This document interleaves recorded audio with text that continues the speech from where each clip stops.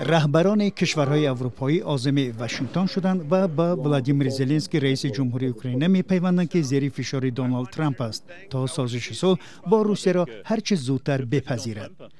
فریدریخ مرز صدر اعظم آلمان، امانوئل ماکرون رئیس جمهوری فرانسه و کیر ستارمر نخست وزیر بریتانیا روز یکشنبه واخوردند تا حمایت خود از موضع‌گیری زلنسکی را هماهنگ کنند.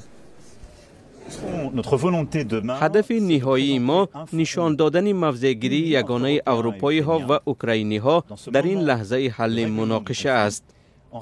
این کشورهای همپیمان امیدوارند یک ضمانت امنیتی مستحکمی را برای اوکراین به دست بیارند.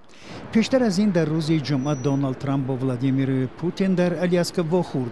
او بعداً در شبکه‌های اجتماعی نوشت که اوکراین باید از نیمجزیره کریم دست کشد که روسیه سال 2014 اشغال کرده بود. بعضی از منابع گفتند که ترامپ و پوتین دست کشیدن روسیه از بعضی قلمروهای خرد اشغالی اوکراین را بررسی کردند.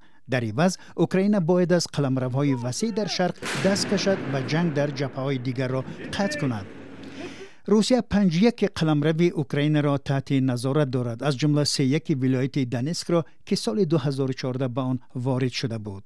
عین زمان مارکو روبیو وزیر امور خارجه آمریکا روز یکشنبه گفت سعی و تلاش برای ادامه گفتگوها ادامه دارد و افزود که هر دو طرف باید گذشت‌هایی کنند.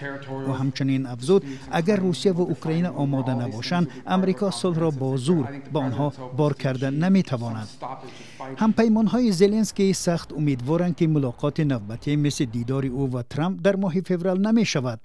در آن وقت دونالد ترامپ و معاونش جیمز دیوید وانس رئیس جمهوری اوکراین را در مظهر عام سخت تنقید و به بی‌احترامی و ناسپاسی به آمریکا متهم کردند.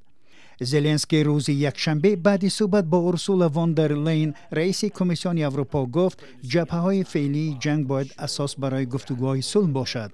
رئیس کمیسیون اروپا و رهبران ایتالیا و فنلاندیا نیز به واشنگتن سفر می‌کنند.